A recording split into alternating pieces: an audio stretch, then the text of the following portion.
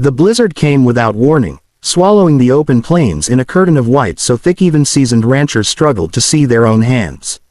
Eli Carter, a poor cowboy with nothing but a wounded horse and a stubborn heart, urged himself forward through the storm.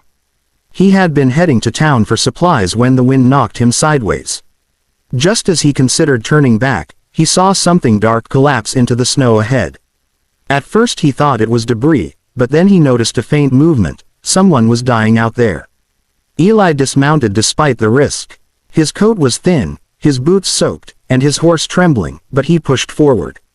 When he reached the fallen figure, he found a woman wrapped in a torn winter cloak, her face pale, lips blue, and hands bleeding from the cold. She looked nothing like a local settler. Her clothes were finely stitched, her boots polished, and a broken gold brooch glimmered beside her. Eli had almost no food, barely a roof of his own, but he couldn't leave her or she'd vanish beneath the snow forever. He lifted her into his arms, surprised by how light she felt.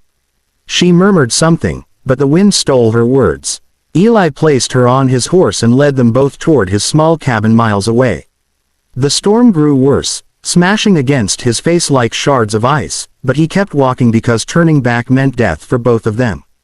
Every minute felt longer than the last, and every step dragged his strength lower. But when the tiny shape of his cabin appeared, hope flickered. Inside, Eli lit the only lamp he owned, filled a pot with melting snow, and wrapped the stranger in every blanket he had. She lay quietly by the fire, breathing shallowly, her face too elegant and too clean to belong to this rugged land. Eli wondered who she was, how she ended up alone in a blizzard, and why she carried jewelry worth more than all his cattle. But questions could wait. Saving her came first. He removed his wet gloves and gently warmed her hands with his own. Hours passed before she opened her eyes. They were sharp and bright, the kind of eyes that belonged to someone used to command, not fear. But in that moment she looked lost. "Where am I?" she whispered. Eli knelt beside her and offered warm water. "Safe," he said softly. "Snow knocked you down. Found you just in time." She studied him as if measuring his sincerity. "You saved me," she murmured, half disbelieving. Eli shrugged humbly. "No one deserves to freeze alone." She told him her name was Clara, but nothing more. Her voice carried a smoothness he didn't hear from local ranch families, and her manners were refined. Eli didn't push for details. He sensed she was hiding something. As she rested, he stepped outside to check the storm. It hadn't eased at all. They were trapped for the night, maybe longer. He worried about his dwindling supplies, but the thought of her dying after surviving the storm felt worse than going hungry. Clara watched him quietly as he worked. She noticed how he handled everything with rough but gentle hands, his broken chair, his patched saddle, the kettle missing a handle. Yet he moved with a calm dignity, as if poverty had never broken him. She felt strange pangs of guilt. "You share everything you have," she said suddenly. Eli simply smiled. "A life's worth more than supplies." She opened her mouth to say something but paused, uncertain whether he would believe who she truly was. When night fell, a frightening howl echoed through the storm. Wolves roamed freely during blizzards, and Eli's cabin walls, made from old timber logs, weren't strong enough to keep a determined animal out. He loaded his rifle and placed it near the fire. Clara flinched at the noise outside. Eli reassured her, "Storm will keep them away, I hope." His confidence was thin, but he didn't want her to feel afraid. She watched him with growing respect, realizing he stood between her and the wilderness. Clara couldn't sleep. The crackling firelight revealed every scar on Eli's hands, every stitch he had used to keep his clothes together. She realized he lived in a world far harsher than hers. She whispered softly, "Eli, why risk yourself for me?" He didn't look up from sharpening his knife. "Because if I were out there," he said, "I'd pray someone wouldn't leave me." She felt a lump in her throat. People in her world talked about empathy. Eli lived it without hesitation. Before dawn, Clara's fever broke. She felt strength returning but was afraid to reveal her truth. She was not just Clara. She was Clara Hastings, owner of the largest land and mining company across the territory, a woman whose wealth could buy entire towns. She had gone missing during a journey after bandits attacked her carriage. She knew her disappearance had stirred panic across the territory. Yet here she was, Safe because a poor cowboy refused to look away from someone in need. When Eli stepped outside to check the sky, Clara followed him. Snow still covered everything, but the wind had calmed. She wrapped the blanket around her shoulders and stood beside him. "When the storm clears," he said, "I'll get you to town." She hesitated. "Eli, what if I'm not who you think?" He laughed softly. "Doesn't matter who you are. You bleed, you breathe, you got scared out there. That's enough for me to help." Clara's chest tightened. No one ever saw her without her title. Clara nearly confessed her identity, but something held her back. She wanted to stay just Clara for a bit longer. She wanted to see how this kind cowboy treated someone when he expected nothing in return. She wondered how much kindness was left in her world, and Eli seemed to carry all of it in his quiet smile. When she stepped back inside, she noticed a small wooden carving on the shelf, handmade, rough, and beautiful. She realized Eli had dreams he couldn't afford to chase. The storm cleared by midday, revealing a white landscape glittering under the sun. Eli saddled his horse and helped Clara climb up. She winced slightly from the cold but managed a grateful smile. During the long ride toward town, Clara asked him about his life. He spoke with honesty, his parents passing, the ranch debt he struggled to pay, and the loneliness that came from living far from everyone. Clara listened intently, realizing he deserved more than the world had given him. As they approached the valley road, they heard distant shouts. A group of riders galloped toward them, armed and frantic. Eli pulled Clara behind him, worried they were bandits returning for her. But instead, the riders halted abruptly and knelt, addressing Clara as Miss Hastings. Eli froze. Clara took a deep breath, her secret finally cracked open. She stepped forward and said softly, "Eli, I didn't lie. I just didn't tell you everything. I am Clara Hastings." The shock on Eli's face was heartbreaking. Eli stepped back as if the truth physically struck him. Suddenly, the woman he fed, carried through the storm, and protected with his own life was not a stranger but the wealthiest figure in the territory. He felt foolish for speaking so casually to her, as though they were equals.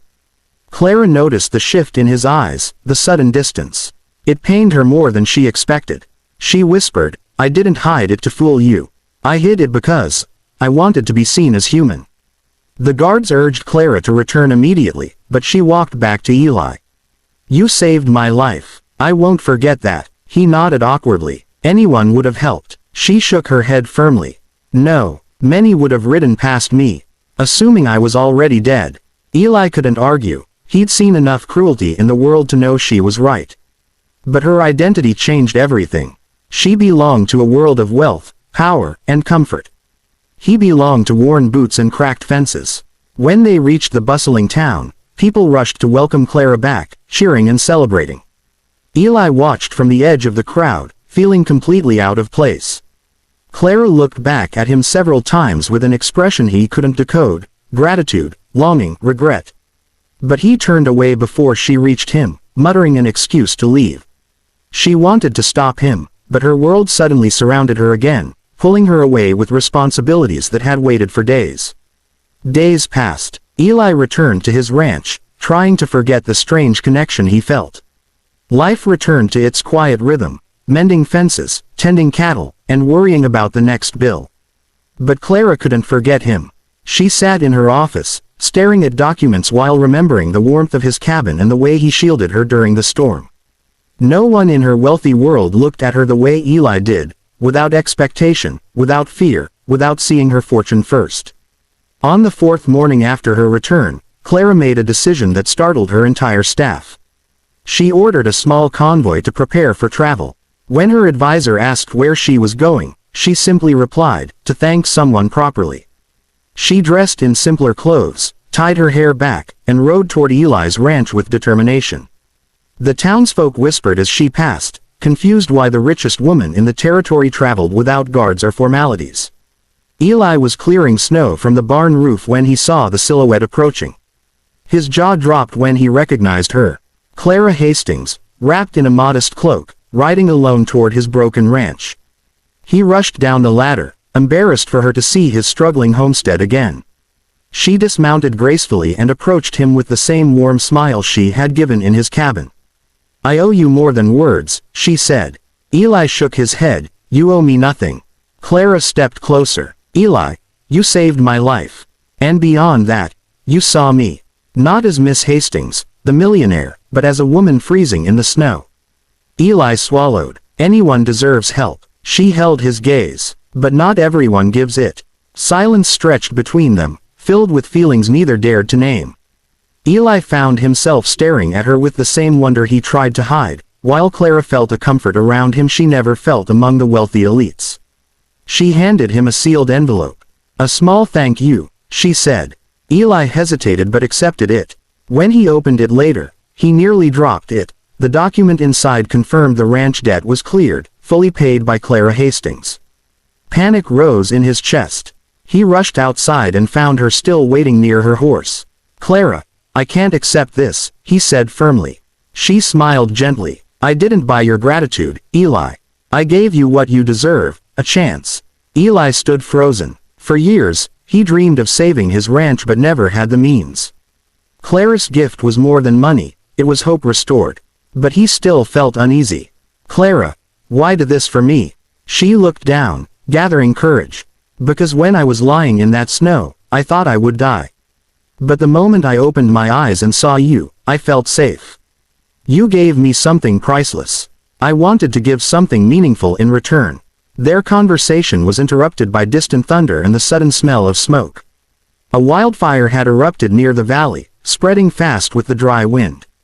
Without hesitation, Eli grabbed buckets and tools, ready to defend his ranch. Clara refused to leave. "I'm staying," she said. He argued, but she stood firm. Together they fought against the flames as they crept toward the fence line. Eli was stunned by her courage. She wasn't a fragile millionaire, she was a woman of fierce resolve. Hours later, exhausted and covered in soot, they finally managed to stop the fire from reaching the main barn. Clara collapsed into the snow, laughing weakly. Eli sat beside her. For a moment, the world felt quiet again. Clara looked at him with softened eyes. "I didn't just come to thank you," she admitted. "I came because I couldn't stop thinking about you." Eli's breath caught. Never in his wildest dreams had he imagined the richest woman in the territory would say such words. Eli tried to speak, but no words came. Clara continued, her voice trembling slightly. "You treated me like I mattered for more than my money. I want to stay in your life, if you'll let me." Eli felt warmth bloom in his chest. He took her hand gently. "Clara, I ain't much. My life's simple, my ranch is worn, and my boots barely hold together." She squeezed his hand. "Eli, those are things money can fix. But kindness, honesty, loyalty, those can't be bought." They sat together in the quiet aftermath of the fire, surrounded by the scent of ash and snow. For the first time, Eli allowed himself to imagine a future beyond survival, a future with someone who believed in him. Clara rested her head on his shoulder, feeling peace she hadn't known even in her grand estates. The gap between their worlds still existed, but it no longer felt impossible. Instead, it felt like a bridge waiting to be crossed. Weeks later, the territory buzzed with rumors. The millionaire and the poor cowboy seen together at town gatherings, riding horses across the fields, even sharing quiet meals in Eli's cabin. But the truth was simple. They had saved each other. Clara gave Eli a future, and Eli gave Clara something far more valuable, a place where she could be herself. And as winter melted into spring, the unlikely pair built a life not defined by wealth or poverty, but by the storm that brought them together.